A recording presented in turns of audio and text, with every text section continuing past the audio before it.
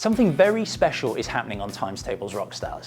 For the first time ever, we're introducing Avatar Seasons! But what is an Avatar season? That's a good question. If you play video games, you may already know about seasons, but it's where special limited edition items for your avatar are up for grabs for a very short period of time. Once the time runs out, you won't ever be able to buy them again. If you do buy them, you get to keep them. But if you're too late and miss the opportunity, that's tough. So today, we're very excited to announce our first TTRS Avatar season, Fibonacci.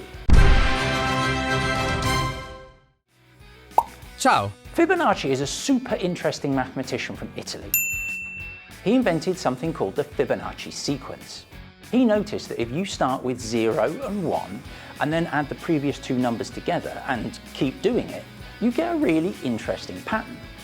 0 add 1 is 1, 1 add 1 is 2, 1 add 2 is 3, 2 add 3 is 5, 3 add 5 is 8.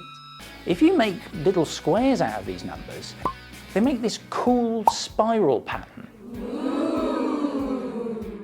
And what's crazy about this pattern is that it shows up all over nature.